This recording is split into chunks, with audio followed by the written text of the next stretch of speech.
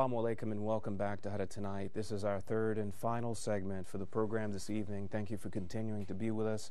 We hope it's been beneficial, and the final 15 or so minutes that we have left will also.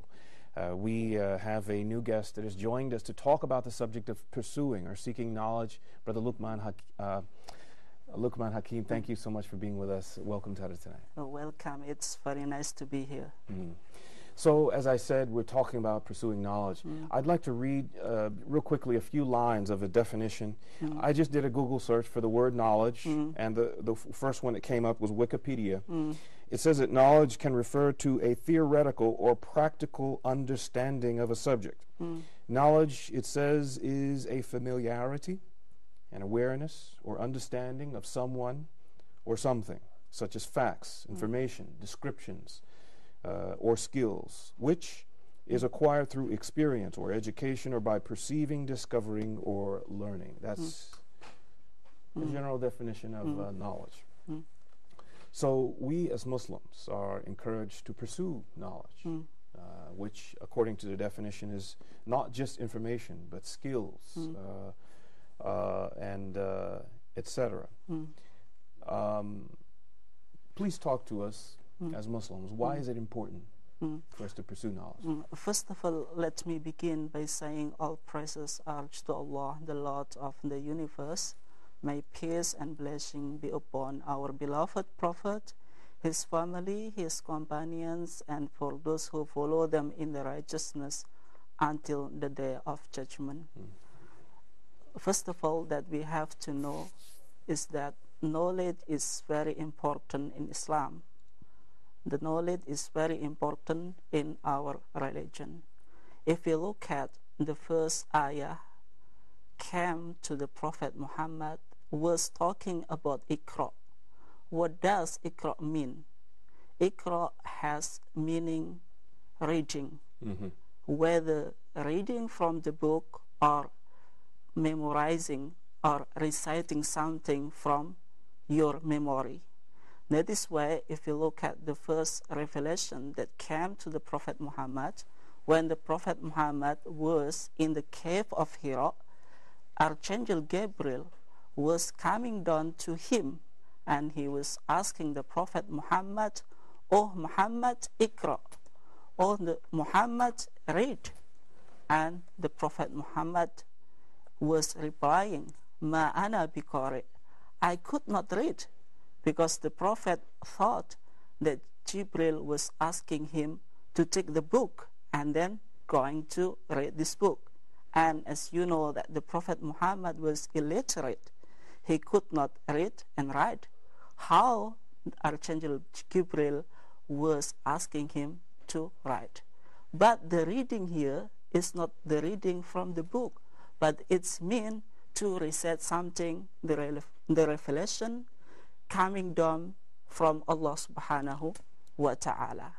So from very beginning, Islam encouraged the importance of knowledge, because Islam encouraged the reading or Iqra. So we are the people of Qira'ah, the people of reading, because reading is the key for any knowledge.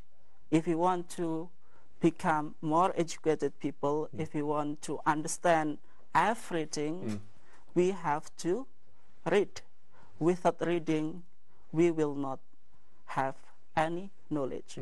So I would like to emphasize here, Islam is the religion of knowledge. In fact, the first revelation came down to the Prophet Muhammad was talking about the importance of reading.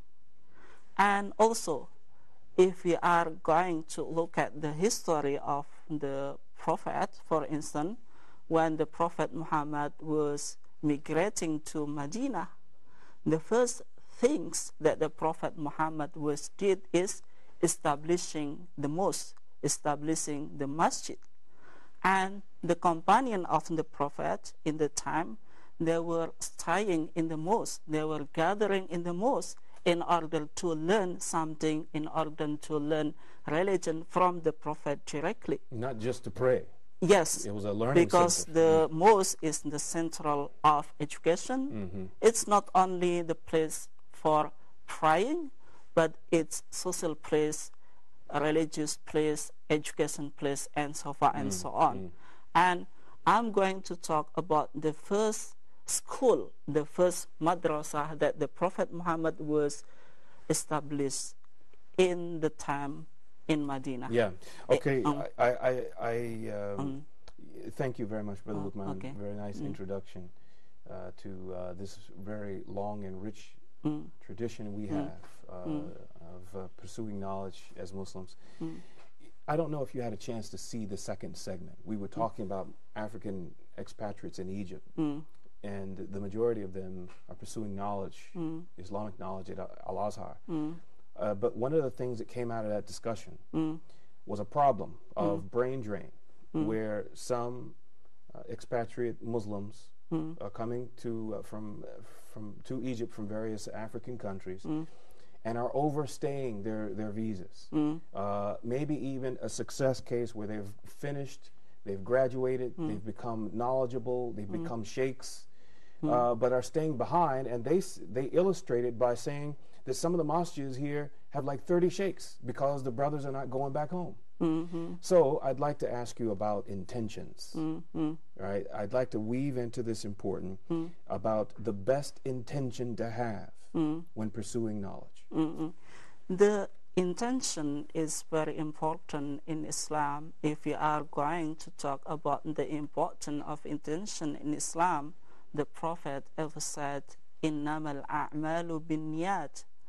Every action is determined by intention.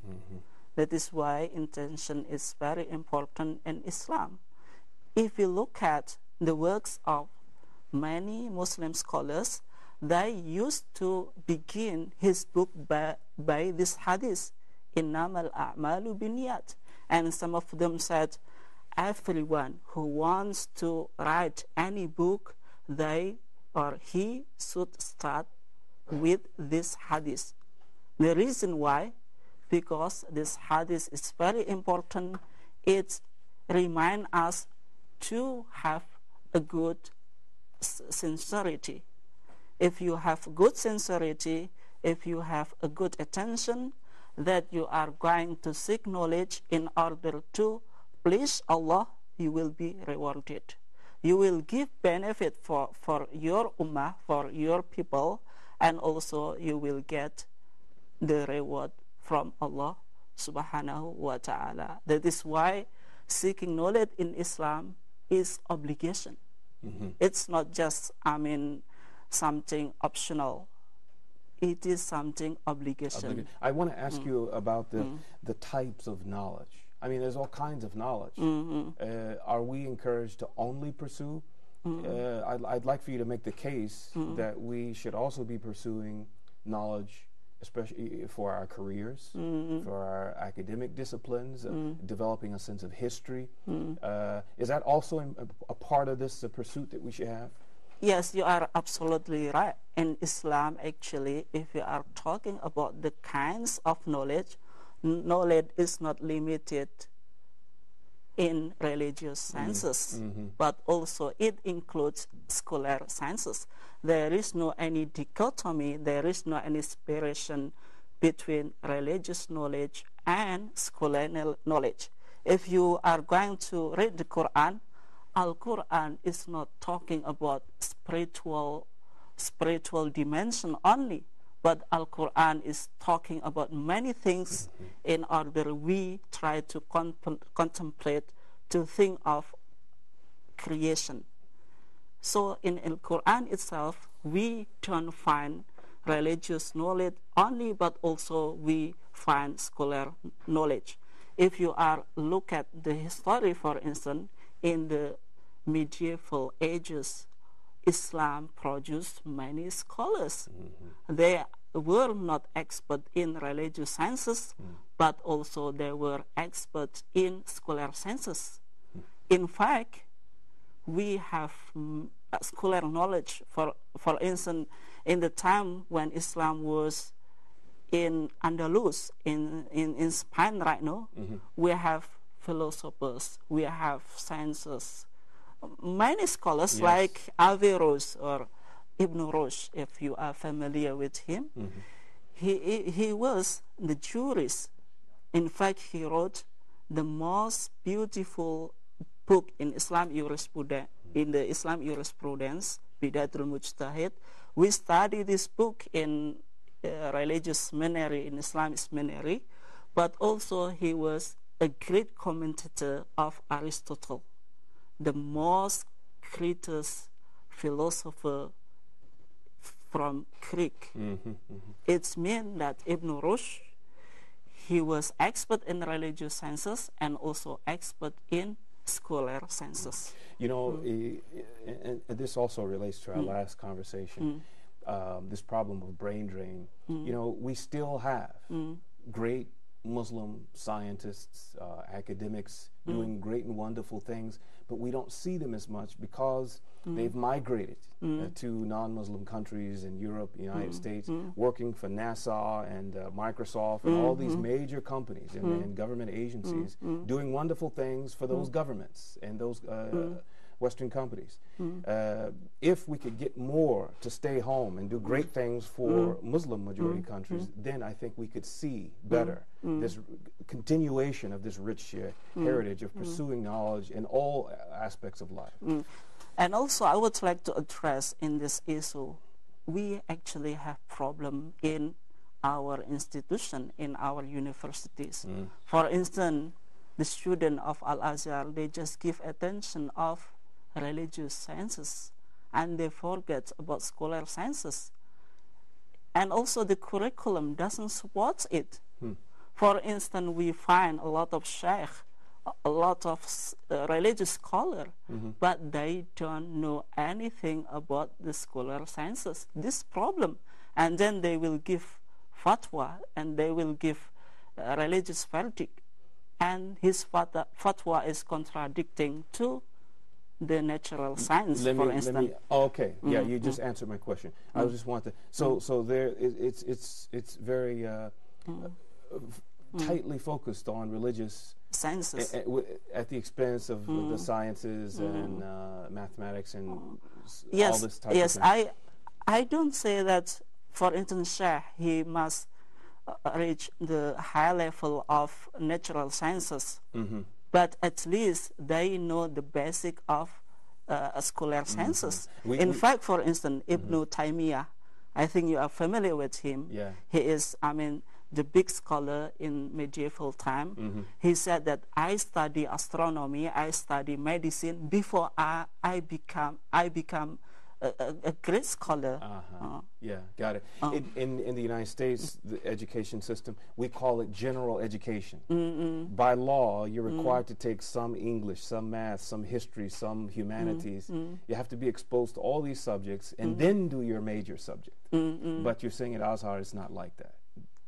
No, actually, it's problem if we are talking the education in the scholar countries, they don't give attention to religious sciences.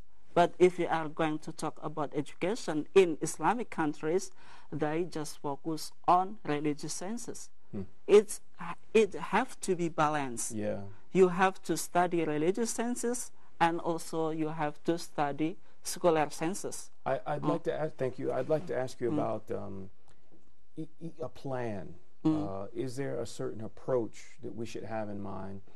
Let's say we'll talk about religious knowledge for the time being. Maybe it's a new Muslim.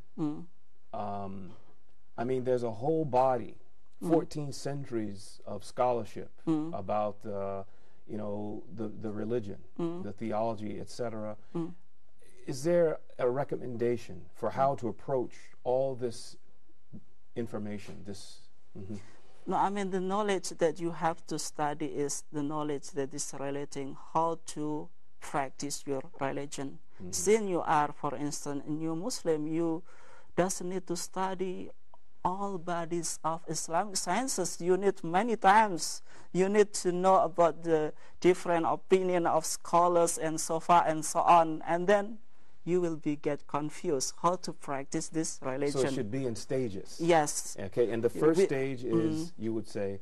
we have to study the sciences gradually, step by step. Okay. So the first thing that we have to do if we are new Muslim, we have to study prayers, how to give charity, how to fast if the month of Ramadan is coming, and also how to perform Hajj if you have means, if you have material to go to Makkah.